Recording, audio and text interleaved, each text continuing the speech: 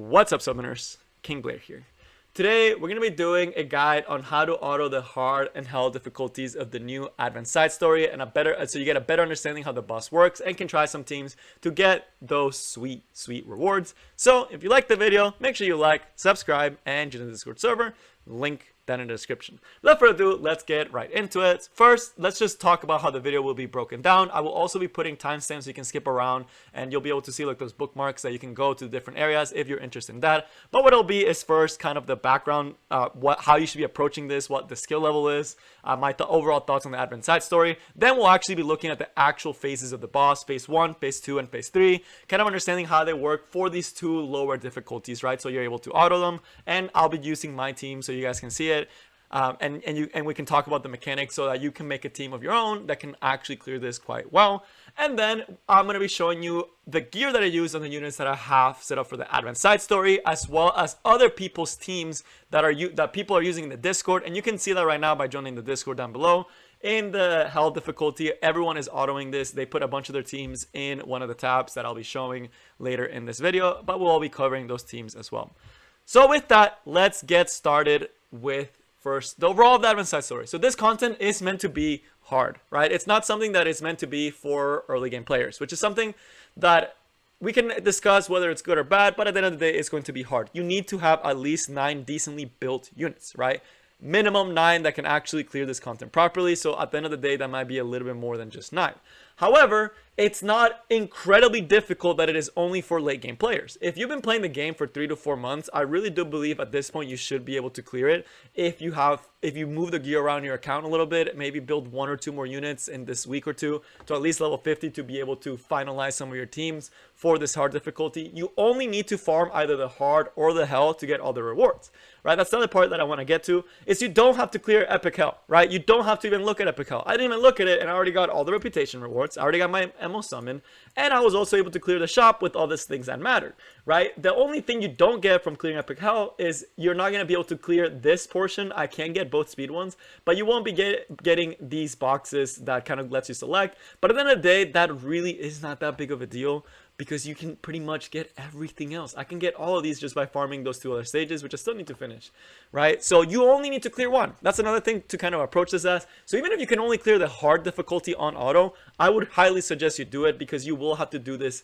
60 times, right? So it is a lot of times that you're gonna have to be clearing this content. So being able to auto it is very important. So again, it is going to be difficult, but you should be able to do it. Mid-game level players, you don't need the most insane gear. You only really have to clear the hard difficulty. Again, this is the only one you really have to clear and to be able to auto 60 times, right? If you want it to be faster, of course, farming the hell mode will be significantly better. You'll get better rewards, and it's way more worth the energy that you're putting into, right? So that's the one that we're going to be focusing the most, because that's going to be the one that I think is really easy to auto. And if you can auto this, you can auto the earlier one. The earlier one is super easy. I was able to clear it without knowing the mechanics. The one last thing before we actually go into showcasing the faces that I want to talk about is going to be using your adventure pet. This is tremendously important. This does count as a side story. You can get extra event currency when you use your adventure pet. It is considered an adventure. Make sure you're using this boss, right? This pet, right? If you don't have that pet, it's just going to take a little bit longer for you to farm it, which is a little bit more energy than you would like. But again, you can clear almost all the shop by just autoing, right? So overall, it's not super difficult, but it is really hard for early game players. For my early game players, it really does suck that you get to miss out on this event if you're not able to clear it. I would suggest just focusing on adventure and moving your account up, because this seems like it's something that's going to be coming every month, if not every other month, where we will get it for 2 weeks, and 2 weeks not, 2 weeks on, 2 weeks not, and most likely we will also get some of the alternating elements. But all right, that's enough for the introduction. Let's actually skip over to the teams. Now let's start looking at some of the boss mechanics before you ever enter the fight, as well as some notes about team composition.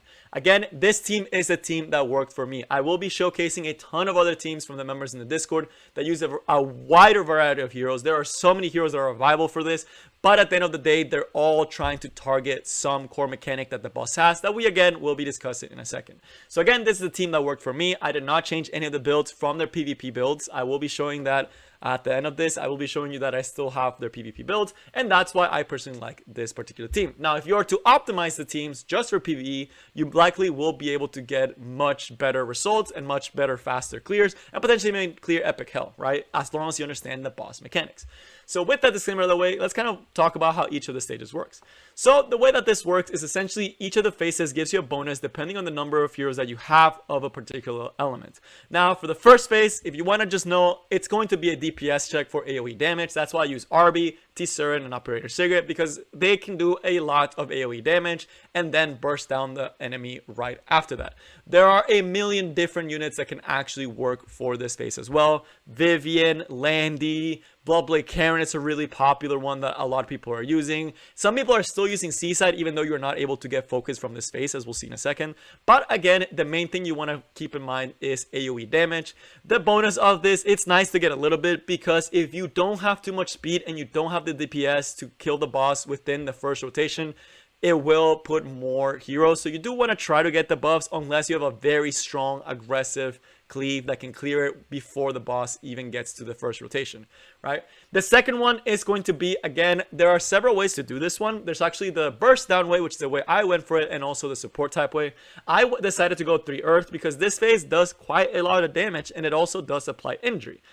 And because of that, I don't want my units dying, which is why I actually did put 3 units of the same element. Now, Earth, because the boss is water, you will be doing extra damage on the boss with Earth heroes, which is why Earth does do a ton of damage. Now, Falconer Clary is going to be key here because she's able to apply that decreased defense and allow you to clear this phase a lot quicker. And you also are going to need a buffer that can give some buffs. Vivian being amazing. Some other really good heroes to put in the slot are going to be things like the N. If you have ML Cowrick, that will be really good right there. But overall, you just want to make sure that your heroes have 2 buffs at least, so that you're able to do good damage, as well as having some support. Some people also use things like Ray and Landy, so that way they get the speed buff and the immunity. So again, as long as you're getting 2 buffs, you're going to be okay. And the decreased defense is just to make the phase go by a lot quicker. So again, this phase, it's nice to have so your units don't get killed. You can put more support. Some people just use Sid, who's able to get buffs on his own, Falconer Clary, who can have Justice for All, and then they'll put here like the N or some other form of support that can either get buffs or just keep the team alive, right? So that's going to be this phase. And then the third phase is going to be a straight DPS, single target DPS check. Now, there are ways to actually cheese this. One of the ways is to actually use something like Watcher Shuri and Operator Cigarette, because this phase does start with the barrier. Now, I just want to do pure single target damage. I didn't want to cheese it. I just wanted to go all in with no supports. You can also do a very strong single target with some support. So some people are using things like Maid Chloe, since she can give that attack buff, and they'll use things like Violet, since Violet does really good damage against this boss, and then they'll have some other form of support right there to try to help them survive through this phase, through some of the damage, right? So that part is going to be very, very nice, and that's going to be kind of like the core summary of before we even get to the fights. But now let's actually start looking at some of the phases with the different teams.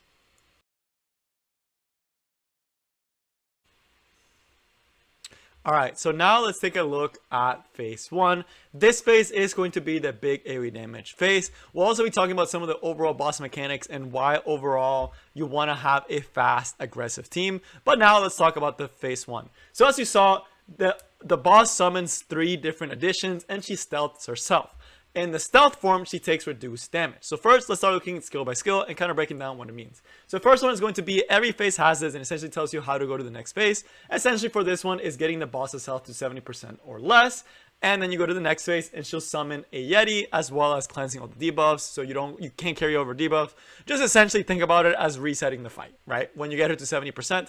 The only thing though is, as we'll see in this next skill, for this one is every time an ally's attack, including the boss, every time the boss or an ally's attack, she gets increased attack and speed. And when in hell difficulty, she also gets extra CR of 20%, meaning she will be taking a lot of turns the more times you hit her. Essentially, this is a mechanic that is in all bosses, and it carries over. If you hit her and she stacks up to plus 10 on this phase, she will start the next phase at plus 10, which means by the time you get to the third phase, this can stack up a lot and make the last phase really, really hard. Right, so that's why you don't want to take too long on this boss, and you don't want to go as fast as possible through these phases to make sure that you don't get to the last phase and have to one-shot the boss, or you yourself will get one-shot, right? And of course, the extra 20% makes it harder for this phase itself. The other part for this one is as long as she stealthed it, she will take a lot of reduced damage. 90% reduced damage as long as she is stealthed. Now, the way that you get her out of stealth is by killing these additions, which is why you have to bring big AoE damage. You need to kill these as fast as possible so you can start actually working on the boss and getting her down to 70%. So again, for this phase is big AoE damage, right? As long as you can get that, that is going to be good.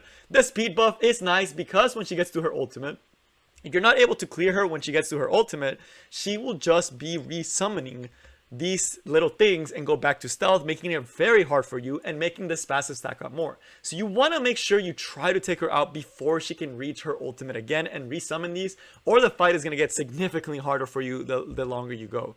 The other thing that you have to know is going to be for the other skills is that she is going to have immunity all the time, and you reduce the amount of focus gain, meaning things like Seaside do not work for this space, as well as Rylet, even though those units don't work too well. And you only receive 50% of the damage proportionate to max health. This is the same in all phases. Essentially, this means things like JDM Joker and Bellona are not going to be doing their full damage based on health, although it's still going to be a little bit, right? So it's still, Bellona is still a nice unit for this because her S3 helps you clear these ads, and the S1s will be still doing decent damage onto the boss, since you can still do a little bit of the max health. If you want to do that, Landy will also have the immunity and the stealth to get more S3s, and Vivian is also good. If you get a sweep, you're able to get extra damage on her. And then of course, her S2, quote unquote, essentially reduces your combat readiness and can potentially decrease speed, and decreases the skill cooldown of an ally by 1 turn. And of course, the S3 resummons the allies. As far as these additions, they are going to be adding glancing hit, and they are going to counterattack every time that you hit them, pretty much, right? So if you hit them, you're going to get countered, and you have a chance to get glancing hit, which makes the fight take longer, right? This phase is not particularly hard, but it is annoying, and you want to clear it as fast as possible. So now I'm going to let it auto with the mechanics that we mentioned. So this team is based around just trying to kill this wave. Again, there are several ways to do this. Before this, I wasn't using T-Surin, I was actually using LQC, and LQC works just as well as Tempest Surin, because you're able to clear the additions, right? So for this, again, you can see they have a chance to counterattack. You see I'm getting counterattacked every once in a while. But here, by the time we get to my Tempest Surin, we're already clearing that initial first wave, which will allow us to get to the next phase quicker, right? So now it's going to be just a damage check. You're just going to see me doing a ton of damage and trying to get past this boss as fast as possible. You see that extra speed addition making a huge impact in this scenario, because with that extra speed we get from the Operator Sigurd and the RB, we're taking more turns before she has a chance to take too many, right? So already she almost is ready to summon the next wave, but we are able to get her to 70% health because we had the damage, and now we are moving on to phase 2. So now we are moving on to phase 2. So for phase 2, she has decreased defense because my fucking nuclear took a turn. I couldn't stop it before she actually did that. But essentially, for phase 2, we get the same thing we did in phase 1, where they tell you how you get to phase 3. It's by getting her to 40% health, meaning last phase has the most health. It also essentially just tells you that the next phase is going to have a barrier and that there's not going to be any ads. Nothing crazy on that one. The other part is going to be this one, where we start seeing why buffs are so important. When you have less than 2 buffs, you deal less damage. Why is this a big deal? If you're not doing that much damage, you're taking longer to leave this phase. If you're taking longer to leave this phase, it means that she's stacking more speed and more attack, making the last phase harder, because the last phase is a DPS check. It is making sure that you can do the damage and potentially survive, right? So if you're taking way too long to get to that phase, this is just going to slowly but surely eat you alive, right? So make sure you bring at least 2 buffs. Vivian been amazing at this because she puts immunity and attack buff, which is just a godsend. Again, you can do a variety of things. I like Landy because she gets speed buff, but again, some people use Sid. You don't need Landy for this phase. Vivian makes it nice, but some people use Sid, Ray, and then another buffer, right? Like a Rin, since Rain can also give 2 buffs. So there's a lot of heroes and free-to-play heroes that you can actually use for this phase, and I'll show you guys those different parties in the next one. Then again, we also get the part that she gets attack and speed, although you won't see the speed one until the next phase. But again, she just gets stacked up the longer you take. She does take very slow turns. She doesn't really move, and only gets combat readiness when an ally is hit, right? And then she still has the 50% proportion to max health, again, to try to stop Bellona from just being able to essentially one-shot her, right? Or from Daydream Joker to doing a ton of work, right? But they still work. It's just not as efficient. So again, nothing crazy there. Then we get the S1, which it's a single target skill that has a chance to decrease speed as well as push you back. It's the exact same as the other one, except for this time, when you have less than 2 buffs, it will activate Frost Pillar. And Frost Pillar is not going to be too good, right? And it can only happen when she takes her turn, not when the Yeti dual attacks with her. So just know that. But the extra skill is extremely crushing, because if you don't have to bust and she does this skill, it's an AoE attack. You get Frost Curse, which essentially just 20% of your health is just gone, right? 20% of your health is gone if you get touched, as long as you have this debuff. So every time you get hit, there goes 20% of your health. And she also adds injury, making it really hard for your team to survive. Again, this is why having 2 buffs is so important, and why clearing this as fast as possible is also important. Even if you're going with a slower route, like with Sid needs to be the one that's mostly going to be hitting, while the other units are just focusing on keeping the 2 buffs on themselves, right? Because you do not want this boss using this skill and applying first curse and you just losing, right? Arguably, this is going to be the hardest phase. The other thing is that this Yeti is going to be dual attacking with her, although she cannot trigger the skill. But now that we saw Falcon Nuclear put the decreased defense, let's see the Russian. So again, we do reduce damage on this one because, again, we don't have 2 buffs.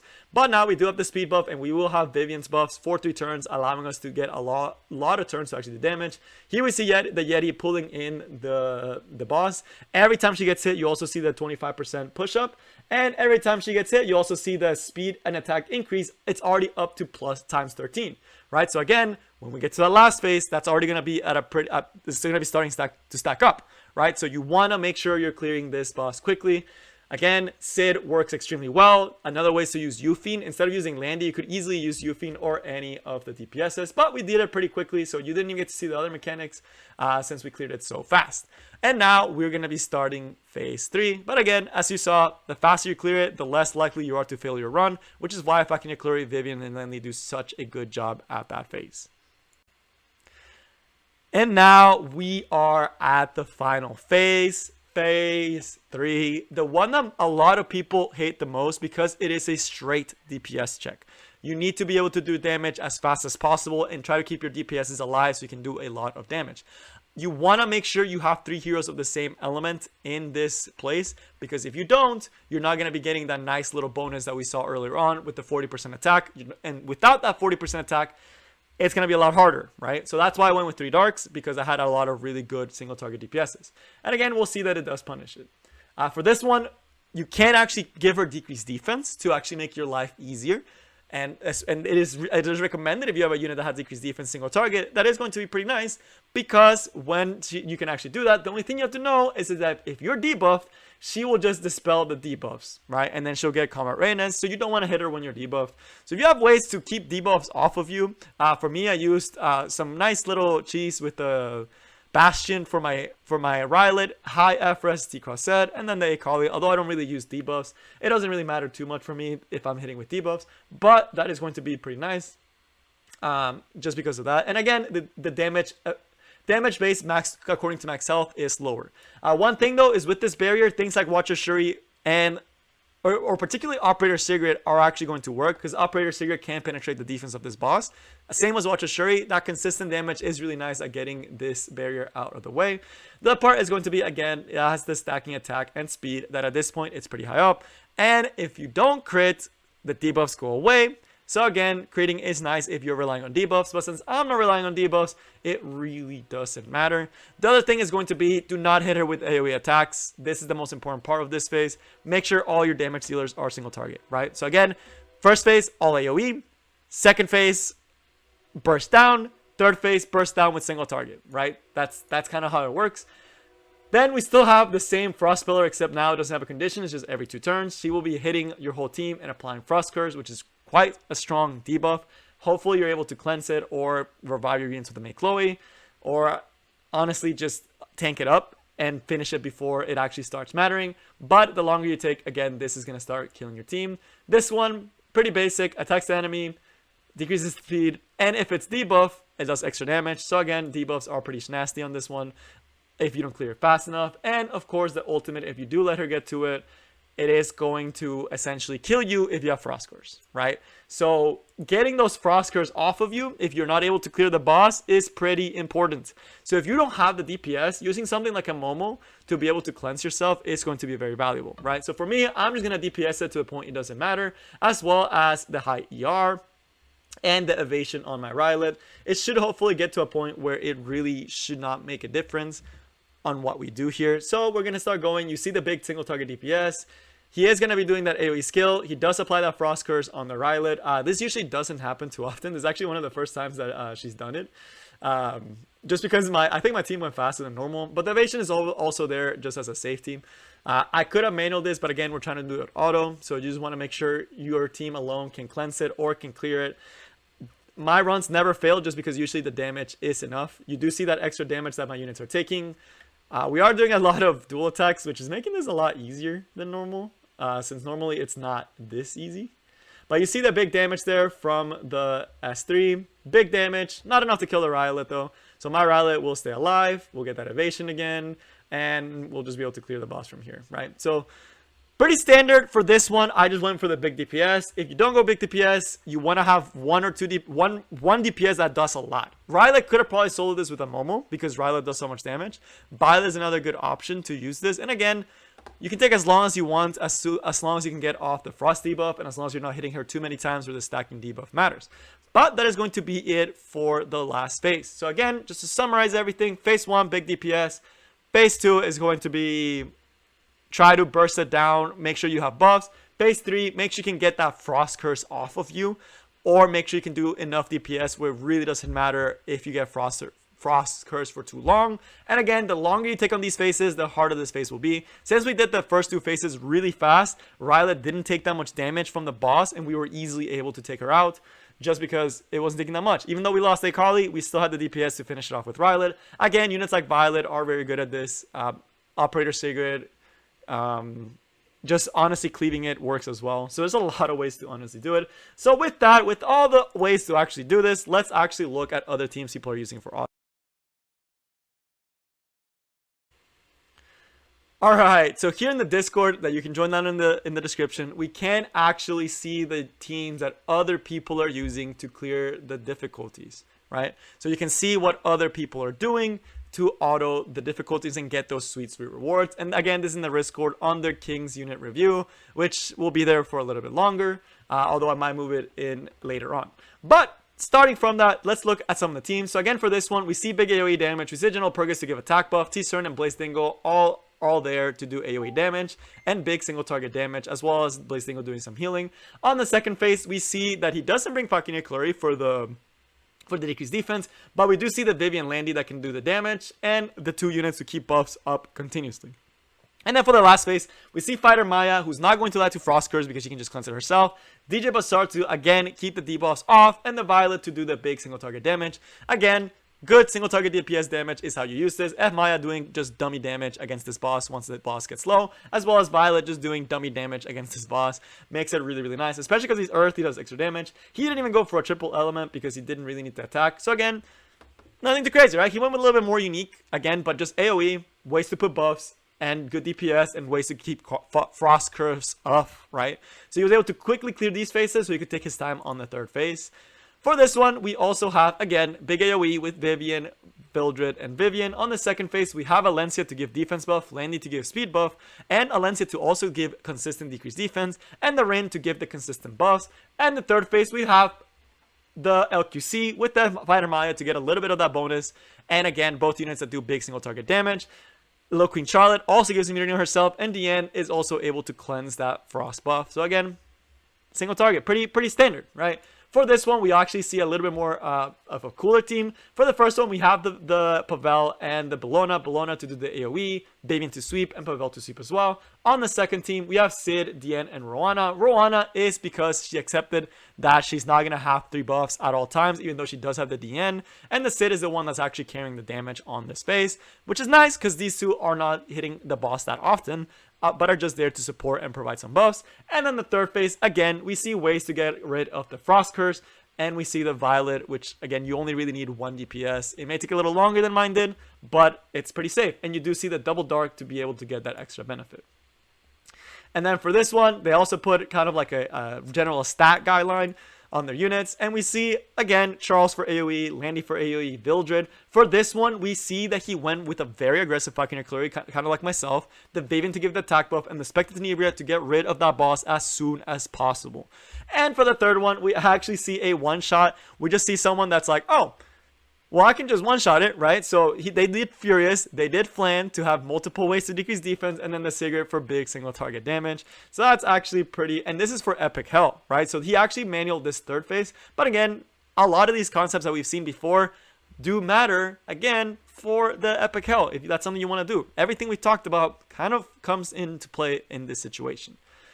Now we have this one as well, big AoE. The Sid and the Vivian and the Ren to put the buffs, and again, big damage with ways to cleanse the debuffs, and the Violet just carrying the single target damage.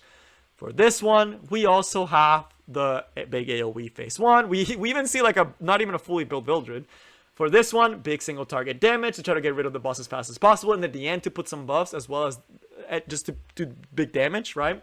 And then for this one, again, we see the Rylet as the main source of damage, and just two supports to try to keep that Rylet alive and let the Rylet do his job. So again, this person didn't even have the bonuses, right? And his Rylet is not even awakened, which is why I really do think you can clear this boss decently easily. Again, this one, we have a full DPS one, full damage. We see Helga with the Sid, again, giving multiple buffs, and then the Baiken with the fucking Eclair, you get that decreased defense, and the Baiken is just able to one-shot that last phase, especially because it's an Earth unit, so very good unit right there. Again, I just want you guys to see, I'm going to keep going through this just so you'll see the big variety, but it's just going to be a lot of the same thing. AoE, buffs and single target. This person didn't have a full-out Sid, right? But they had the buffs, and they were able to clear it, right? So it's not that bad. It's really not that bad, and we see the Oxlots, we see the Sigrid, and we see a fucking Eclair, which... kind of curious how this one actually works off of auto, right? Oh, this is for Epic Hell. Wow. So for this one, it's doing for Epic Hell. So even then, it's like this one even works for Epic Hell because you're able to just easily clear the boss, right? So again, just DPS it down, and it seems like it's going to work. And again, we see this one, full auto, get Pavel, the Ludwig, a full Husbando clear, by the way. We do see the damage, and we do see the ways to actually get rid of that. Pretty crazy that he actually used the RB there. I imagine he took the RB off of skills so that the RB wouldn't proc Snowstorm with the S3. That's my guess, although, I mean, it still clears it, right? And that's all that matters. And then for this one, again, AoE, single target to be able to clear the boss with the triple buffs. And then the Watcher Shuri F Maya cheese that's just able to easily just wreck that boss right out of the way. And this team works for both Epic Hell and regular. Again, the big AoE. The rushing, this one's super rushing. Wow, this one I'm impressed he actually did it with this team. And again, we do also see the cleaving the last one. So with that, that is going to be all the different teams. I will also show my gear quality, although I really don't think that matters too much. And we'll do some conclusion. So now as far as the units that I use, again, just remember these are all my PvP builds. I did not change anything based on PvE. I just used whatever I had so I could clear it as soon as possible. But again, this is my RB. Again, your RB does not need to be this strong, right? You can have other gear rounded out. My Operator Sigurd is really not doing that much AoE damage. And it's not that big of a deal if it takes you a little bit longer to clear that first phase. Again, you saw mine was pretty safe and nothing too crazy. My Operator Sigurd, it's a standard Operator Sigurd. Again, it does not need to be this good. Same thing with my Tempest. Not every gear has to be super crazy. It just happens to work well with what I have, right? It's just something I didn't want to have to change into my units. As far as the phase 2, I used all the Earth Heroes where you kind of start to see more of my scuffed units. And some things that honestly you don't need that fast. Fucking Eclair, you really don't need this fast. I would honestly say faster fucking Eclair is bad if you're using fucking Eclair because then she can lap and give the boss more CR. So I honestly would say slower fucking Eclair is honestly better. So this build really doesn't matter for that boss. For my Landy, she is going to be a decent DPS. Again, not the craziest DPS on the planet, right? Pretty standard. I do use it for PvE, all purple gear. Granted, we cleared it pretty fast, which was nice. We didn't proc the boss too much. And then we have my PvE Vivian, who I use for Banshee one-shot. Again, on a very aggressive build. But you saw a variety of different people with different gear. And then last but definitely not least, my final part. We did see my Rylet, who is doing the most of the damage. And I could honestly have put another support and let my Rylet do all the work. But I wanted to rush it as fast as possible. So I used a Collie to make it fast. and the Tikra set to give my Rylet some protection, as well as to give him the immunity early on. And this is going to be my Tikra set. Again, pretty standard PvP builds, right? So it's not dedicated to PvE, and I know the gear seems intimidating, but this is really easy for me to auto, as you guys saw on hell mode. So if you're just trying to do hard or easy, you should be able to do it, right? You should be able to do the easy mode with lower gear quality as long as you have the units. So that is going to be all I got for you guys today. Hopefully this guide was helpful. Hopefully you guys are able to auto this. I really think it's a really cool content. The rewards are incredible, and at the worst, if you can clear the hard, you're honestly already set. You can get all the rewards everyone else gets, except a few less by just doing the hard mode, right? And I did it in hell on auto. You can do it in hard if you have the units. I've shown you several different builds. I'm sure you can come up with different units yourself that will be able to clear it. But hopefully all this was helpful for you, and you will be able to clear it in the future. But that is all I got for you guys today, and I will see you next time. Peace.